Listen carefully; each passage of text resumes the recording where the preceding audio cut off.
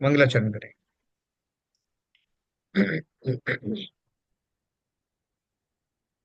ओम नमः सिद्धेभ्यः जय श्री ओम नमः सिद्धेभ्यः जय श्री ओम नमः सिद्धेभ्यः। मंगलम भगवान वीरो मंगलम गौतमो गणी मंगलम कुंद कुंदाद्यो जैन धर्मोस्तु मंगलम। सर्वमंगल मांगल्यम सर्व कल्याण कारकम प्रधानम सर्वधर्माणां जैनम जयतो शासनम। जैनम जयतु शासनम जैनम जयतु शासनम। नमः समय साराय स्वानुभूत्या चकाशते चित स्वभावाय भावाय सर्वभावांतरच्छिदे। अध्यात्म अमृत कलश का सर्व विशुद्ध ज्ञानाधिकार चल रहा है, जिसमें हमारा निश्चय और व्यवहार की सत्यता और असत्यता के बारे में चर्चा चल रही है। कि कभी आप बोलते हो, जो प्रश्नकार है वो प्रश्न पूछता है कि कभी तो आप जो है वो व्यवहार को असत्य बता देते हो, कभी आप ये बोलते हो कि नहीं, व्यवहार जो है वो सत्य, कथनचित सत्य है कथनचित असत्य है। तो वास्तविकता क्या है? वो सत्य है या असत्य है? और अगर वो निश्चय सत्य है तो किस प्रकार से है, और व्यवहार सत्य है तो किस अपेक्षा से सत्य है। कल बहुत अच्छा उनका जो अ, समीक्षा चली इस बात की, बहुत बढ़िया ढंग से चली थी। कल इनको, आज शायद आए नहीं है ललित जी, उनको बहुत पसंद आई वो चर्चा चर्चा जो है। तो आज उससे आगे चलेंगे अपन। कल काफी लॉजिकली डिस्कस हुआ, जिनका मिस हो गया है वो उसमें जो रिकॉर्डेड है। म्यूट तो नहीं है, आवाज कम है।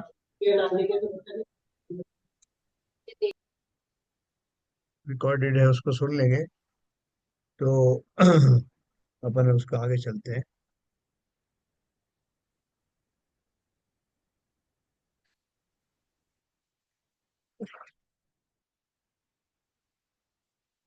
देखो 300। 8 बजे 9 बजे जाके तो 12 ही।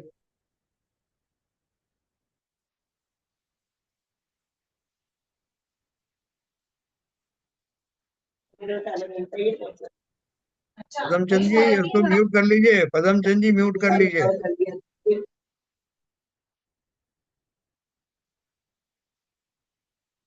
हाँ, 365 नंबर का प्रश्न है।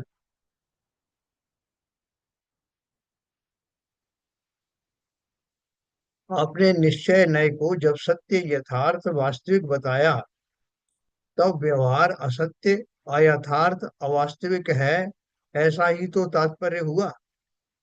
तब व्यवहार नय को झूठा ना मानकर कथनचित सत्य मानना एक ऐसी उलझन है। अरे इन्होंने क्या बोला था देखो, जरा एक बार मैं आपको फिर से बता दूं। निश्चय नय वस्तु के यथार्थ स्वरूप का प्रतिपादन करता है, अतः सत्य है, यथार्थ यथार्थ है, वास्तविक है। व्यवहार नय के विषय को वह गौण करता है। रिकॉर्डिंग हो रही है ना? हेलो, मेरी आवाज आ रही? आ रही है, रिकॉर्डिंग भी हो रही है। ओके। व्यवहार नय के विषय को वह गौण करता है, मुख्य गौण व्यवस्था ही नयों के नएपने को सामने लाती है। जैन मान्यता यदि उपादान की मुख्यता से कर्तृ कर्म भाव एक ही पदार्थ में वर्णित करती है, तो निमित्त का भी सर्वथा निषेध नहीं करती। जो जैन मान्यता की बात जो कर रहे थे, वो क्या कर रहे हैं कि जो निश्चय नय है वो क्या करता है, वस्तु का यथार्थ स्वरूप का वर्णन करता है, यथार्थ में वस्तु कैसी है। लेकिन उसको अन्य प्रकार से भी कहा जा सकता है, उसकी चर्चा नहीं की जाती। क्योंकि जब हम किसी एक कथन विशेष की बात करते हैं, तो मूलतः उसी की बात करते हैं, और वो एकांत होता है। अनेकांत रूप से वस्तु का स्वरूप अपन ऐसे भी और ऐसे भी कह सकते हैं। लेकिन जब उसका वास्तविक स्वरूप की बात करेंगे या अवास्तविक स्वरूप की बात करेंगे, तो वो एकांत कहा जाएगा। और वो एकांत सत्य होने के कारण उसको वस्तु के स्वरूप के रूप में उसको स्वीकार किया जाएगा। निश्चय ने वस्तु के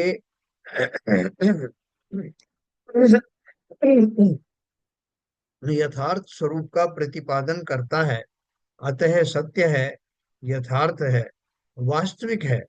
व्यवहार न्याय के विषय को वह गौण करता है। अभी वो व्यवहार न्याय की बात बात उस समय में गौण है, बैकग्राउंड में है। मुख्य गौण व्यवस्था ही नयों के नएपने को सामने लाती है। जब अपन बात करते हैं कि मिट्टी घड़े को बनाती है, वही उसमें ही में उपादान शक्ति है, तो ये हमारा निश्चय का कथन है। लेकिन वो कथन करते समय में वो कुम्हार मिट्टी को घड़े को बनाता है, उस कथन के बारे में कोई कमेंट नहीं कर रहा। जब कुमार की दृष्टि से मैं कहूंगा, व्यवहार का ही कथन कहूंगा, तो निश्चय को गौण करके कहूंगा कि कुमार ने घड़ा बनाया। कुमार घड़े बनाता है, बड़ी लकड़ी के वो चारपाई बनाता है, हम इस तरह की बात करेंगे। तो ये मुख्य और गौण की व्यवस्था को समझना। मुख्य गौण व्यवस्था ही नयों के नएपने को सामने लाती है। जैन मान्यता यदि उपादान की मुख्यता से कर्तृ कर्म भाव एक ही पदार्थ में वर्णित करती है, तो निमित्त का भी सर्वथा निषेध नहीं करती। है ना, जब अपन बात कर रहे थे कि मिट्टी ने ही घड़े को बनाया, उस समय हम उसकी जो निमित्त वाली जो वो कथन है उसके बारे में कोई कमेंट नहीं कर रहे हैं, जैसे मैंने आपको बताया। तो अर्थात मैं उसका निषेध नहीं कर रहा हूँ। जब उस दृष्टि से बात कही जाएगी तो वो दृष्टि भी अपनी जगह पर है। निमित्त सापेक्षता में कर्तृ कर्म भाव भिन्न पदार्थों में बनता है, ऐसा भी वह वर्णन करती है। यही तो इस कलश में बताया गया है। व्यवहार नय को सर्वथा झूठा ही मानते, तो दोनों नयों के विषयों को कलश में क्यों लिखते? ये सर्वथा झूठा नहीं है, कथनचित सत्य है, कथनचित वो भी सत्य है। तो इन्होंने प्रश्न पूछा, आपने निश्चय नय को जब सत्य, यथार्थ, वास्तविक बताया, तब व्यवहार नय असत्य, अयथार्थ और अवास्तविक है, ऐसा ही तो तात्पर्य हुआ। तब व्यवहार नय को झूठा ना मानकर कथनचित सत्य मानना, यह कैसी उलझन है? कभी तो आप बोलते हो कथनचित सत्य है, और कभी आप बोल रहे हो कि निश्चय नय ही सत्य है। तो फिर इसको कथनचित सत्य क्यों मान रहे हो? सीधे सीधे एक को सत्य मानो, दूसरे को झूठा मानो। समाधान दिया कि उलझन नहीं है, विचार को गहरा कीजिए। असत्य और झूठ में अंतर है। देखो ये दोनों शब्दों का अंतर समझना। असत्य और झूठ में अंतर है, यह किस प्रकार है उसे समझिए। लोक में झूठ उसे कहते हैं जो किसी को ठगने के अभिप्राय से अन्यथा प्रतिपादन करे। व्यवहार नय और निश्चय नय में जो परस्पर एक दूसरे के विरुद्ध असत्य और सत्य शब्द का प्रयोग है, उसे शब्द के अर्थ की दृष्टि से समझिए। सत्यार्थ उसे कहते हैं जो वस्तु की सत्ता से संबंधित अर्थ को कहे। और निश्चय ने शास्त्रो निश्चय, इस लक्ष्य के अनुसार उपादान जो वस्तु की निज सत्ता स्वरूप है, उसके आश्रय वर्णन करता है, अतः सत्यार्थ है। यानी जो भी वस्तु का जो अस्तित्व है उसको ध्यान में ले करके, उसके संदर्भ में अगर कोई बात करता है, उसके मूल स्वरूप को लेकर के, तो वो सत्यार्थ है। ठीक है ना। अब दूसरी बात, असत्यार्थ कैसे है या कैसे नहीं है उसके अपन विवेचन करते हैं। व्यवहार ने वस्तु की सत्ता से भिन्न है, वो सत्ता की बात नहीं कर रहा, जो एग्जिस्टेंस है उसका मूल स्वरूप उसकी बात नहीं कर रहा। व्यवहार ने वस्तु की सत्ता से भिन्न पर पदार्थ जो निमित्त कारण रूप है, उसके साथ कर्तृ कर्म भाव की चर्चा करता। दो द्रव्यों में जोड़ देता हो, तीन द्रव्यों में जोड़ देता है। तो वो जो जुड़ाव है वो निमित्त कारण बताने के लिए कहा जाता है, और वो अपनी जगह पे सही है। उन उन निमित्तों के कारण से भी कथन किया जा सकता है। इसलिए उनका व्यवहार ने वस्तु की सत्ता से भिन्न, उसमें वस्तु की सत्ता की बात नहीं आती, वो तो निश्चय नहीं आती। पर पदार्थ जो निमित्त कारण रूप है उसके साथ कर्त कर्म भाव की चर्चा करता है, उसको निमित्त को कर्ता बना के पेश करता है। निमित्त मिथ्या नहीं है, वह है तो, पर वह मूल वस्तु जिसका वर्णन प्रकरण के अंतर्गत है उसकी सत्ता से भिन्न है ना। वो किस रूप में पेश कर रहा है वो रूप समझना। शाब्दिक व्युत्पत्ति के आधार पर वह असत्यार्थ है। जब मैं सत्ता के संबंध की बात करता हूं तो वो उसके आधार पर वो वास्तव में असत्यार्थ है। इसी प्रकार यथार्थ शब्द का अर्थ है कि यथा जैसा अर्थ यानी पदार्थ, अर्थात जैसा मूल पदार्थ है उसके आश्रित वर्णन करना, ये यथार्थ है ना। स्व आश्रित वर्णन है वह यथा प्लस अर्थ है। यथा प्लस अर्थ, वह अन्य पदार्थ मूल पदार्थ तो है नहीं है। जब मैं निमित्त की बात करता हूँ वो मूल पदार्थ तो है नहीं। अतः वह अयथा अर्थ है, अर्थात भिन्न अर्थ है। अतः व्यवहार नय को अयथार्थ कहते हैं, झूठा नहीं कहा, क्योंकि किसी अपेक्षा से वो है, लेकिन उसका जो अस्तित्व है, स्वरूप की अस्तित्व के का जो अर्थ है उसके उससे भिन्न है, इसलिए अयथार्थ है। वो भी एग्जिस्ट करता है लेकिन यथार्थ रूप से नहीं, उसके सत्ता के हिसाब से नहीं, इसलिए उसको झूठा ना कहकर अयथार्थ कहा। अतः वह अयथा अर्थ है, अर्थात भिन्न अर्थ है। अतः व्यवहार नय को अयथार्थ कहते हैं। तथा वास्तविक शब्द को देखिए, वस्तु का जो मूल रूप है उससे संबंधित वर्णन वास्तविक है ना। बहुत अच्छे से समझना क्लियरिटी के साथ में। वास्तविक शब्द को देखिए, क्या बोल रहे हैं, वस्तु का जो मूल रूप है और वस्तु की सॉरी, वस्तु का जो मूल रूप है उससे संबंधित वर्णन वास्तविक है। अतः मूल पदार्थवाची निश्चय नय तो वास्तविक है, और वस्तु की सत्ता से भिन्न पर वस्तु सापेक्ष वर्णन करने वाला केवल विवक्षित मूल वस्तु को नहीं कहता, अतः अवास्तविक है। जैसे मैं कहें कि कुम्हार घड़े को बनाता है, तो मैंने वो जो बनने वाली चीज है, जो मिट्टी है, उस मिट्टी को अपादान ना कह करके मैंने उसमें एक कुम्हार की अलग से एक कल्पना की, जो उसमें निमित्त तो अवश्य है लेकिन उसका कर्ता वास्तविक कर्ता नहीं है। तो लेकिन जब मैं इस निमित्त की अपेक्षा से कहूंगा तो सारा जगत कहेगा कि आपने सच कहा। एग्जाम में लिखना आएगा, बताओ भाई कौन किसको बनाता है, इसके साथ इसको रिलेट करो। घड़ा तो आ जाएगा कुम्हार, फिर आएगा कि चारपाई तो आ जाएगा बढ़ई। इस तरह से आप उसको व्यवहार में आप कह सकते हैं। तो बिल्कुल अयथार्थ नहीं है, लेकिन जब कुमार या वो जब निमित्त की बात करते हैं तो वो दूसरा द्रव्य है, दूसरे द्रव्य की सत्ता को उसमें बीच में डाला जाता है, जो वास्तव में उस मिट्टी रूपी सत्ता से भिन्न वस्तु है। तो इसको बहुत बारीकी से एक बार समझ लोगे ना तो हमेशा समझ में आता है। वास्तविक शब्द को देखिए, वस्तु का जो मूल रूप है उससे संबंधित वर्णन वास्तविक है। अतः मूल पदार्थवाची निश्चय नय तो वास्तविक है, और वस्तु की सत्ता से भिन्न पर वस्तु सापेक्ष वर्णन करने वाला, पर वस्तु कौन सी हुई, स्वयं मिट्टी और घड़े के अलावा क्या हो गया, कुम्हार हो गया, चाक हो गया, दंड हो गया, ये सारी चीज केवल विवक्षित मूल वस्तु को नहीं कहता, अतः अवास्तविक है। वो मूल वस्तु तो उसने कही नहीं, बाकी निमित्तों की बात करता रहा।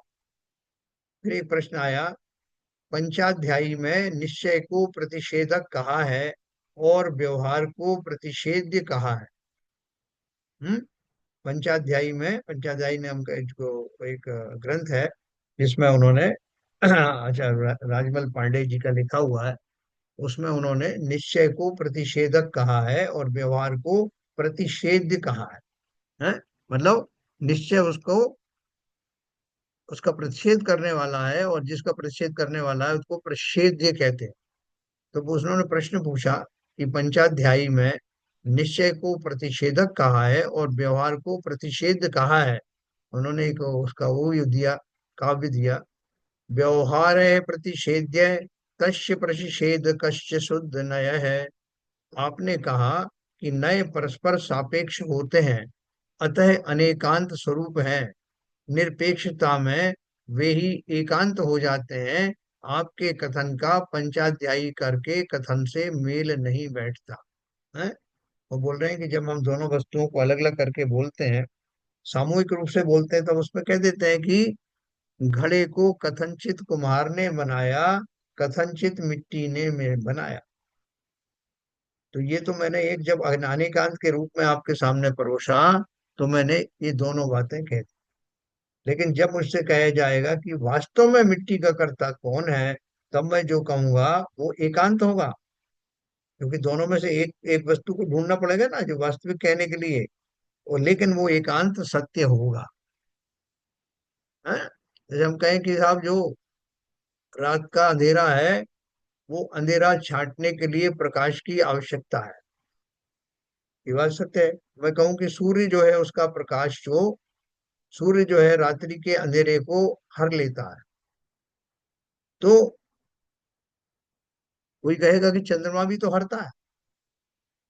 तो चंद्रमा भी हरता है, तो आप जो है ऐसा कैसे कह सकते हो कि सूर्य ही हरता है। लेकिन मैं अगर ये कहूं कि सूर्य के उदय होने पर सुबह होता है, तो ये निश्चय एकांत है और ये सत्य है। तो जब हम वो वास्तव वस्तु की वास्तविकता की बात करते हैं, तो वो अनेकांत में से जो बात निकल के आएगी वो एकांत होगा और वो सत्य होगा, वो सत्य रूप एकांत है। तो यहाँ बात क्या कर रहे हैं अभी अपन जो है 8:45 तक करेंगे, उसके बाद एक मुझे भक्तामर में जाना है आज। तो 15 मिनट हमारे पास अभी है, 10 से ज्यादा ही है। तो क्या बोल रहे हैं आपने कहा कि नए परस्पर सापेक्ष होते हैं, अतः अनेकांत स्वरूप है। निरपेक्षता में वे ही एकांत हो जाते हैं। आपके कथन का पंचाध्यायीकार के कथन से मेल नहीं बैठता। समाधान दिया ऐसा नहीं है, उनमें अत्यंत सुमेल है। निश्चय नय स्वाश्रित वर्णन करता है। निश्चय ने किसी पर निर्भरता नहीं दिखाता। कुमार नहीं होगा तो घड़ा कौन बनाएगा साहब, है ना। जो जिस वस्तु से बनता है उस वस्तु के अलावा जितने पदार्थ हैं, वो सब संभावित कारण है, वास्तविक कारण नहीं। निश्चय ने स्वाश्रित वर्णन करता है कि अगर मिट्टी है तो ये कुम्हार नहीं बनाएगा तो कोई दूसरा कुम्हार बना लेगा, तीसरा कुम्हार बना लेगा, लेकिन जब भी घड़ा बनेगा मिट्टी से ही बनेगा।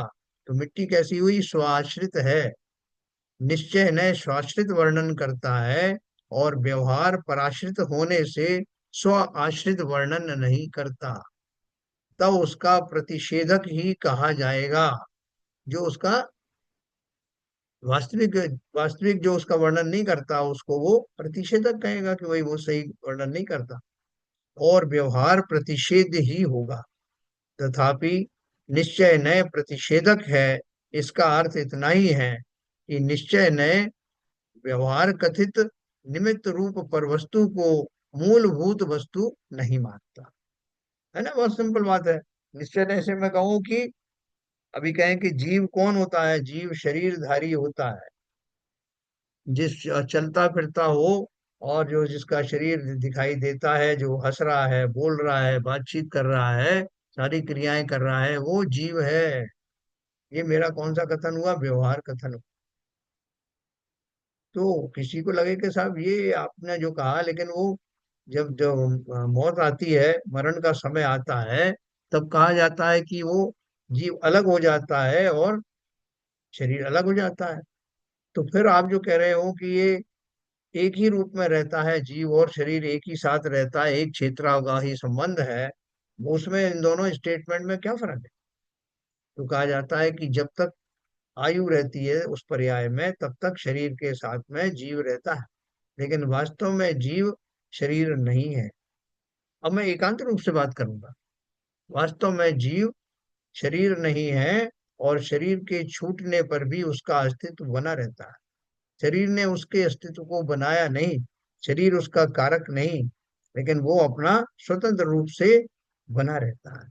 शरीर के तो फिर भी डिसइंटीग्रेशन हो जाता है, लेकिन आत्मा सदैव बना रहता है, ये निश्चय नय का कथन है।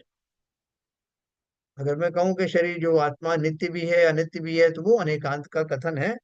वो किस अपेक्षा से है वो अपन जानते हैं कि नित्य किस अपेक्षा से, अनित्य किस अपेक्षा से।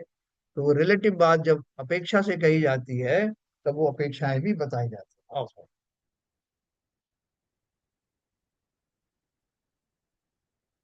ठीक है साहब। तो ये जो इस तरह से अपेक्षाकृत जो कथन कहा जाता है, वो व्यवहार न्याय का विषय बनता है। तो व्यवहार न्याय स्वयं मूल वस्तु का वर्णन पर सापेक्ष करता है।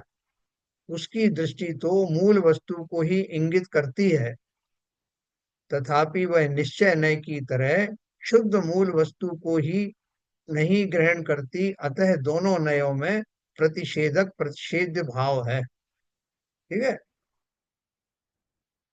ऐसा होते हुए भी उनमें परस्पर सापेक्षता है, अतः सुमेल ही है। क्या दोनों का सुमेल कैसे हुआ? जैसे अभी बताया ना, कि जब भी वो इंगित करता है तो वो मूल वस्तु को भी खाली इशारे से बताता है कि ये जो कहा जा रहा है। अनेकांत की जब भी भाषा होगी तो उसको या तो वो स्यात् शब्द से शोभित करेगा, कथनचित शब्द से शोभित करेगा, अथवा नहीं भी करेगा। लेकिन जो कथन करने वाला है उसकी दृष्टि में वो सापेक्षता बनी रहती है। जैसे वो कहेगा कुम्हार घड़े को बनाता है, तो ज्ञानी ये जानता है कि मैं किस अपेक्षा से ये बात कह रहा हूँ, कुम्हार घड़े को बनाता है। उसको उसका निश्चय स्वरूप भी पता है। वो भले ही इस बात को कहे नहीं, तो जब उसको आगे कहा जाए, आगे वो उसको क्लैरिफाई करे, तब वो कहेगा भाई कि कुम्हार अगर घड़े को बनाता तो किसी भी वस्तु से बना देता, रेत से बना देता, पत्थर से बना देता। लेकिन हमने जो पहली परिभाषा क्या समझी है कि कर्ता वही जिसका कार्य उस कार्य में भी दिखाई दे, जिसकी मौजूदगी उस परिणमन में भी दिखाई दे, वही वास्तव में कर्ता। और कुम्हार मिट्टी के घड़े में कहीं छाया हुआ दिखाई देता नहीं, मिट्टी ही दिखाई देती है। इसलिए वास्तविक कर्ता वही है जो उसके परिणमन में स्वयं उपस्थित रहे। तो क्या बोल रहे हैं, देखो इसमें बिल्कुल कंफ्यूज मत होना कि खाली ये कहने का तात्पर्य उनका ये है कि व्यवहार कथन की क्या वैल्यू है, व्यवहार किस लिए किया जाता है, कहाँ तक चलता है, और जो यथार्थ कथन है वो वास्तव में एकांत सत्य है। जब वस्तु के बारे में हम चर्चा करते हैं तो उसमें दोनों बातें कही जाती हैं, लेकिन जब हम एक एक बात को अलग अलग करके देखते हैं, तो एकांत सत्य किसके बारे में कहा जाता है? वस्तु के स्वरूप के बारे में, उसकी सत्ता के बारे में जो कहे वही निश्चय से सत्य है। और जो सत्ता की बात नहीं करे, जो खाली उसका जो परिणमन है, ओवरऑल परिणमन है, उसकी बात करे, तो वो व्यवहार न्याय की बात है। व्यवहार न्याय स्वयं मूल वस्तु का वर्णन पर सापेक्ष करता है। उसकी दृष्टि तो मूल वस्तु को ही इंगित करती है, तथापि वह निश्चय न्याय की तरह शुद्ध मूल वस्तु को ही नहीं ग्रहण करती। अतः दोनों नयों में प्रतिषेधक प्रतिषेध भाव है। ऐसा होते हुए भी उनमें परस्पर सापेक्षता है, अतः सुमेल ही है। जैसा आगे जाने वाला पीछे से आया है, पर अब पीछे की ओर न देखकर आगे देखता है, बढ़ता है, पर पीछे वाला आगे वाले को देखता है, उसी के पास जाता है, वह उसका विरोधी नहीं है। पर सापेक्षता बोलते हैं वैसा आप कौन सी दिशा में खड़े हो? बोले पूरब दिशा में खड़ा हूँ साहब। तो बोले आपके जो पीछे खड़ा हुआ है उसके मुकाबले में आप ज्यादा पूरब दिशा में है कि वो ज्यादा पूरब दिशा में है? आपके आगे जो खड़ा है वो ज्यादा पूर्व में है कि आप ज्यादा पूर्व में? नहीं साहब, मेरे से आगे खड़ा है वो ज्यादा पूर्व में है, और आपसे जो पीछे खड़ा है उसके मुकाबले में, उसके मुकाबले में मैं ज्यादा पूर्व में खड़ा हूँ। ये सब रिलेटिव बात है। दोनों ही पूरब दिशा हो गई, लेकिन फिर भी उसके अंदर में भी मेरे मुकाबले में वो पश्चिम में खड़ा है। मैं पूरब में ज्यादा हूं तो वो कहाँ है? मेरे पीछे है, इसका मतलब वो पश्चिम की दिशा की तरह ज्यादा। ये सारा रिलेटिव टर्म्स है। ठीक है साहब। तो जैसे आगे जाने वाला पीछे से आया है, पर अब पीछे की ओर ना देखकर आगे देखता है, बढ़ता है, पर पीछे वाला आगे वाले को देखता है, उसी के पास जाता है, वह उसका विरोधी नहीं है। इसी प्रकार निश्चय नए अन्य भिन्न पदार्थ को छोड़कर मूल वस्तु को पकड़ता है। अतः वह पर सापेक्ष दृष्टि का प्रतिषेधक है। व्यवहार ने पर सापेक्षता के आधार से मूल वस्तु की ओर ले जाता है, रिलेटिवली लेके जाता है। वह मूल वस्तु का वर्णन पर सापेक्ष भले ही करे, पर वर्णन मूल वस्तु का ही करता है। अतः वह निश्चय के विषय का प्रतिषेधक नहीं है। क्योंकि अब वो बोलेगा कि घड़े को बनाया तो कुम्हार ने है, लेकिन बना तो मिट्टी का ही है।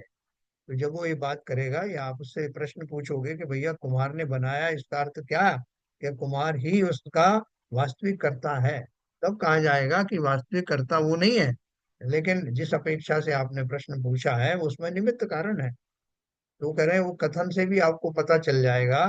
जो ज्ञानी है वो तो खास तौर से पता लगा लेंगे कि ये जो कथन है, इसमें इस बात पर जोर दिया है, इसमें प्रमुख कौन को करके कहा गया है, कौन गौण है। वह मूल वस्तु का वर्णन पर सापेक्ष भले ही करे, पर वर्णन मूल वस्तु का ही करता है। हाँ, मूल वस्तु कौन सी है? घड़ा मूल वस्तु है जिससे बना। वर्णन वो भी करता है, कुमार ने घड़े को बनाया, आप बोलते हैं मिट्टी ने घड़े को बनाया, दोनों बात मूल वस्तु की ही कर रहे हैं। अब उसमें वास्तविक कारण कौन है उसका अपन ने परिभाषा समझी है। अतः वह निश्चय के विषय का प्रतिषेधक नहीं है, वो उसने मना नहीं किया, निश्चय का खंडन नहीं किया। इस तरह दोनों नए प्रकारांतर से मूल वस्तु को ही समझाते हैं। अतः सुमेल दोनों का सुप्रसिद्ध है। तो अब कैसे कहा जाएगा इसको कि घड़े का वास्तविक कार्य तो जिसमें योग्यता है वही उसका करता है और मिट्टी उसका निर्माण कर्त्री है, लेकिन व्यवहार में जिस जिन निमित्तों के आधार पर उसकी रचना होती है या उन निमित्तों को प्रधान करके बात कही जाती है, तो कुम्हार आदि जो है उसके मुख्य कर्ता कहते नहीं है, लेकिन माने जाते। वस्तु स्वरूप के जानने में तो दोनों ही नए प्रयोजनीय हैं। इस अपेक्षा से उनमें प्रतिषेध प्रतिषेधक भाव नहीं है, परंतु स्वानुभूति में आत्मानुभवन में निश्चय नए एकमात्र उपादेय तथा व्यवहार नए हे होने से इस अपेक्षा उन दोनों में प्रतिषेध प्रतिषेधक भाव है। देखो व्यवहार में तो कोई आपकी बात को जानेगा ही नहीं। अब जिन्होंने जैन शास्त्र पढ़े नहीं है वो तो इस बात को कहीं, ये बहुत अनपॉपुलर जो है कथन है कि मिट्टी जो है घड़े का करता। कितने लोग इस बात को जानते हैं, समझते हैं और इस बात का प्रयोग करते हैं। आप किसी और को बात करो जिसने कहीं निश्चय व्यवहार पढ़ा ही नहीं हो, जानता ही नहीं हो, तो वो तो ये आपको पागल ठहरा देगा कि साहब क्या मिट्टी ने घड़े को बनाया, ये क्या बात कर रहे हो? घड़ा जो है कुम्हार बनाता है, लकड़ी का सामान जो है बढ़ई बनाता है, शिल्पकार जो है वो मूर्ति पत्थर का काम करता है। तो इसमें आप ये नई नई चीज कैसे लेके आ गए? तो जितने निश्चय के कथन है वो निश्चय के कथन बहुत पॉपुलर नहीं, पॉपुलर तो व्यवहार के कथन है। जब जीव की बात करते हैं, जो चलता फिरता है, जो खाता पीता है, जिसके हाथ पैर होते हैं, जो देखता है वही जीव है। अब आप कौन किसको समझाओगे कि भैया शरीर से रहित जो आत्मा है, जो ज्ञान चेतना से भरा हुआ है, वही वास्तव में जीव है? तो परिभाषा, लेकिन जैन धर्म दोनों को स्वीकार करता है। कि कोई कहे कि भैया हमने तो ऐसा पढ़ा, कि आपने पढ़ा वो भी सही है, जिस अपेक्षा से बात की जा रही है उस अपेक्षा से वो भी सही है। तो अध्यात्म के ज्ञाताओं को दोनों तरह के रहस्य समझ में आना चाहिए। कब किसका प्रयोग किया जाना है वो उसको पूरी क्लैरिटी के साथ होना चाहिए। ऐसा नहीं कि समय दृष्टि व्यवहार की बात ही नहीं करता, बात करता है, लेकिन उसको उस समय भी बैकग्राउंड में उसके यथार्थ का उसको दर्शन बना रहता। ठीक है ना? हमारे बीच में अभी अमित जी आए हुए हैं, वो भी यहीं बैठे हैं मेरे पास में, तो वो भी सुन रहे हैं। तो बीच बीच में जो है कभी जब हम किसी कार्य से बाहर हों या कुछ भी हों तो वो सब्जेक्ट को ले लेंगे, जैसे पहले भी लिया है। तो ये एक प्रश्न और है, इसको पढ़ करके मैं समाप्त करूंगा आज, भक्त अमर पाठ में जाना है। क्या प्रश्न है कि निश्चय नयाश्रित मुनि निर्वाण को प्राप्त करते हैं। देखो अपन ने कल देखा कि ये जो प्रश्न करता है वो बहुत ज्ञानी है और बहुत तार्किक बुद्धि वाला है, जिसने अपने तर्क के द्वारा बहुत सारी मुसीबतें खड़ी कर दी। उत्तर देने वाले के लिए, निश्चय और व्यवहार के लिए बहुत सटीक प्रश्न किए। तो देखो अभी उन्होंने एक प्रश्न और किया है, अब वो भी थोड़ा ज्ञानी हो गया है, जैसा कल हरपिजन साहब कह रहे थे। और वो अब जो उनके प्रश्न है उसमें अब तक जो समझाया उसको मानने के बाद जो बचा, अभी भी जो शंकाएं बची हैं उसके बारे में बात करते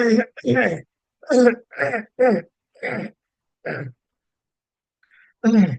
निश्चय नए आश्रित मुनि निर्वाण को प्राप्त करते हैं। परमार्थ के आश्रय करने वाले यति ही कर्मक्षय करते हैं।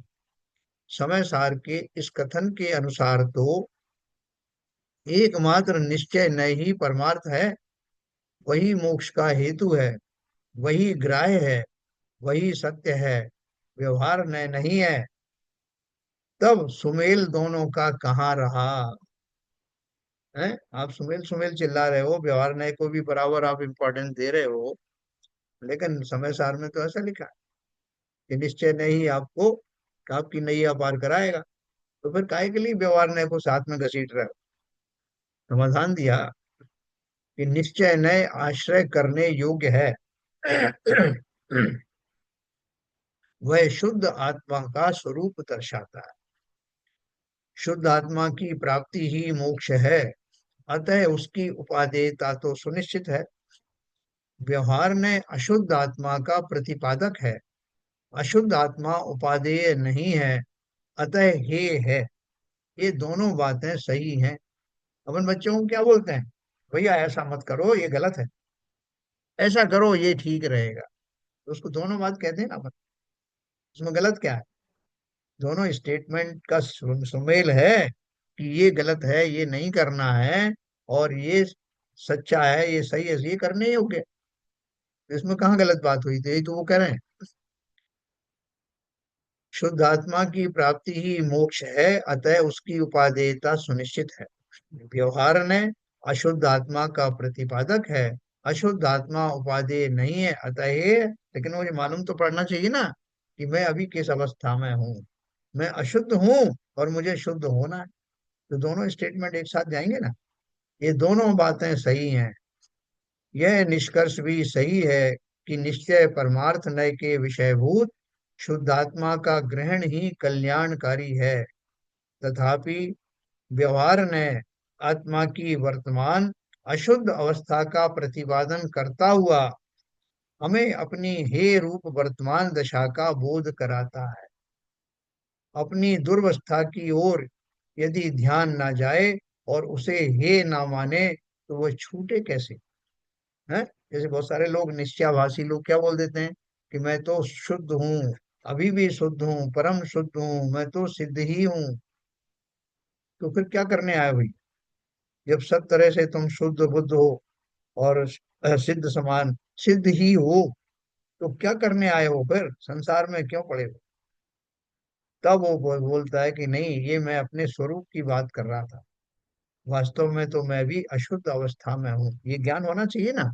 ये ज्ञान होना, अपनी अशुद्ध अवस्था का ज्ञान होना, जो कि वास्तविक स्वरूप से भिन्न है, यही व्यवहार नय का कथन। अपनी दुर्वस्था की ओर यदि ध्यान ना जाए और उसे हे ना माने तो छूटे कैसे? हे रूप संसारी, अशुद्ध दशा का अस्तित्व पर्याय रूप में सत्य ही है, असत्य नहीं है। मैं वर्तमान दशा में अशुद्ध हूँ, संसारी हूँ, ये कौन सी गलत बात है? बिल्कुल सही है, फैक्ट है। इस दृष्टि से व्यवहार नय का विषय भी सत्य है। मैं कर्मों से युक्त हूँ, मैं विकारी भावों का धारी हूँ, मैं रागादि से युक्त हूँ, मैं संसार की मोह माया में फंसा हूँ, ये कौन सी गलत बात? ये सत्य है। लेकिन स्वरूप की अपेक्षा से ये व्यवहार का कथन है, क्योंकि स्वरूप तो मेरा अभी भी वैसा ही है। इस अपेक्षा से ये कथन जो है व्यवहार नय का कथन कहा जाता है। परंतु द्रव्य स्वरूप शुद्ध होने से पर्यायगत अशुद्धता को त्रिकाली द्रव्य स्वरूप न होने से उसे असत्य भी कहते हैं। है ना? उस एंगल से कहा भाई साहब मेरा क्या बिगड़ा है, अभी मैं तो वैसा ही हूँ, शुद्ध निराकुल सिद्धों सम, अवलोक हमारा वासाना, त्रिपुरागर द्वेष लगे पीछे, या तय शिव पद को पाया ना। मैं दोनों बातें समझ रहा हूँ ना। स्वरूप की बात पहली लाइन में कह दी और वास्तव में अभी अशुद्ध अवस्था की बात दूसरी लाइन में कह सर, दी। हाँ जी, बोलिए। ये जब अशुद्ध आत्मा है, ये भिखारी भाइयों से युक्त है, तो ये कथन भी तो निश्चय से सत्य है ना। कौन सा? एक अशुद्ध आत्मा है जो भिखारी हाँ भाव से युक्त है, जी। मिथ्यावादी जीव है, हाँ। तो ये निश्चय की दृष्टि से भी तो ये कथन सत्य है। नहीं, इसको अपन ऐसे कह सकते हैं कि निश्चय को की अपेक्षा से, निश्चय को हम्म, ध्यान में रखते हुए अगर अपन कहें तो ये कथन तो अपनी जगह सत्य है। वर्तमान में मैं अशुद्ध अवस्थाओं में गलत थोड़ी हूँ। हाँ। ये नहीं, बिल्कुल निश्चय सत्य से भी कथन तो है। ये कथन सत्य है, कथन तो निश्चय की सत्य है। अपेक्षा से। अपन ने ऊपर पढ़ा ना कि हम्म, जो व्यवहार का कथन है वो भी कथनचित सत्य है। इस अपेक्षा नहीं, से बिल्कुल सत्य है। व्यवहार से भी सत्य, व्यवहार से तो सत्य है ही। निश्चय अवस्था से भी तो जो जीव अशुद्ध है, विकारी भाव से युक्त है, तो निश्चय से तो वो स्वभाव में नहीं है। निश्चय देखो, सत्य है कि हाँ वो विकारी भाव से युक्त है, ये कहने का उसको सत्य, मतलब है। उसको सत्य तो कहा, उसको सत्य तो कहा, लेकिन यथार्थ नहीं कहा। वन अभी तो ऊपर की लाइन पढ़ा था कि यथार्थ, असत्य कहना मतलब झूठा नहीं है।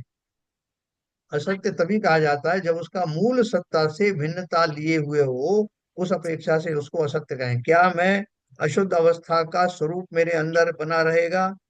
मेरी सत्ता जो है शुद्ध चैतन्य वाली नहीं है क्या? अगर है, मेरा स्वरूप वैसा ही बना है, तो जो मेरी वर्तमान दशा है ये टेम्परेरी है। और वो टेम्परेरी है, वो वास्तव में मेरा स्वरूप नहीं है। और निश्चय नय का कथन क्या बोलता है कि वस्तु की सत्ता संबंधी, उसके स्वभाव संबंधी भावों को वर्णन करती है, इसलिए वो निश्चय कहा जाता है। ठीक है सर, जो कथन है ठीक। उसमें उसमें गलत नहीं है, बिल्कुल सही है कथन कि वर्तमान में मैं क्या हूँ। नहीं सर, लेकिन वो निश्चय से तो स्ट्रांगली यही बोलना पड़ेगा कि आत्मा अनित्य है, क्योंकि अगर निश्चय से भी वो बोलने लगेंगे तो फिर डिफरेंशिएशन व्यवहार न्याय में और निश्चय न्याय में कोई अंतर रह ही नहीं जाएगा। बिल्कुल सही कहा, इसलिए तो वो कथनचित शब्द किया। कथनचित व्यवहार ने कथनचित सत्य है, कथनचित असत्य है। कथनचित और सत्य क्यों है? कि वर्तमान अशुद्ध पर्याय का वर्णन कर रहा है, इसलिए सत्य है। लेकिन वो मेरा वास्तविक स्वरूप नहीं है, इसलिए असत्य है। एक्चुअली में वो सत्य है भी नहीं, क्योंकि वो मतलब जो आत्मा है, जो जीव है, वो तो शुद्ध ही है आज भी। बराबर। वो बिल्कुल हमें दिखाई देता है या जो भी है।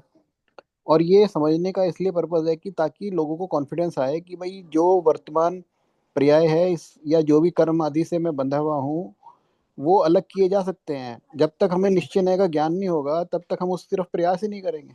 बिल्कुल, यही तो लिखा है उन्होंने ऊपर, अपन ने यही पढ़ा था। जस्ट इसके ऊपर अपन ने यही बात कही है ना, देखो।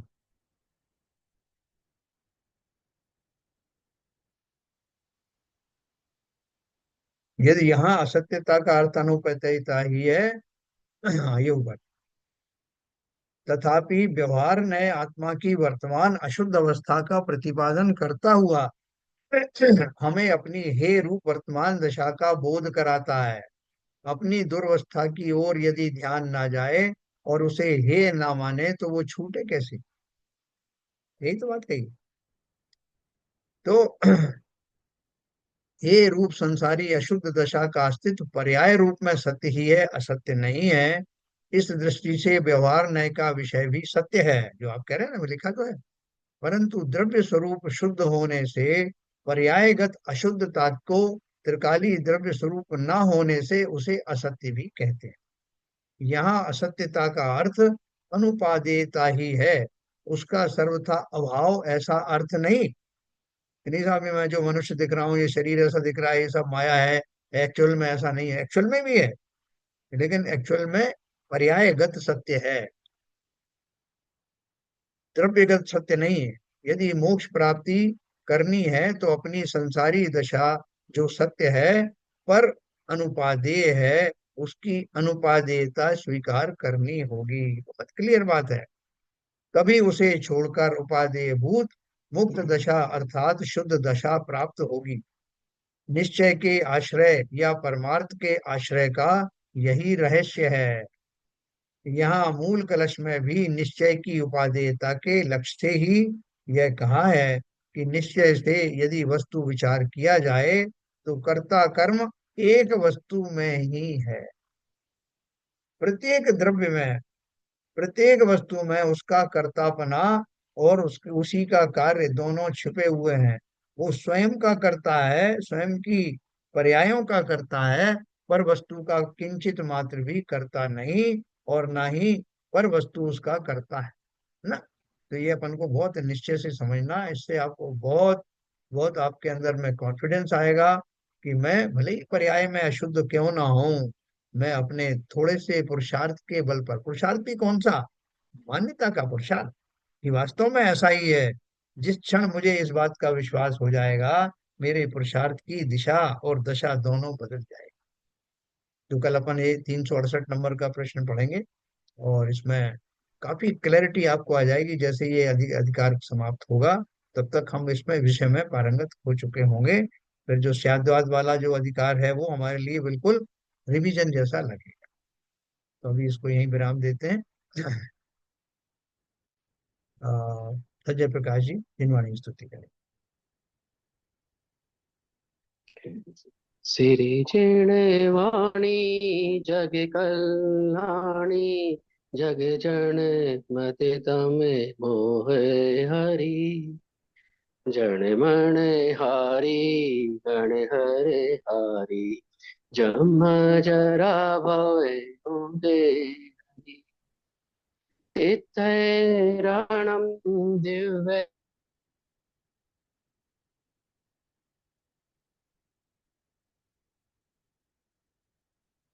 चला गया।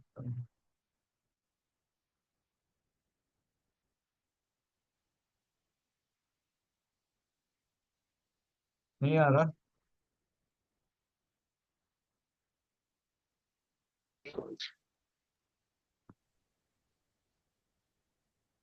इसको हम करते हैं। जा वाणी के ज्ञान ते सूझे लो खालो, सो वाणी मस्तक धरूं सदा देत हूँ धो। जिनवाणी माता की जय। नमस्कार।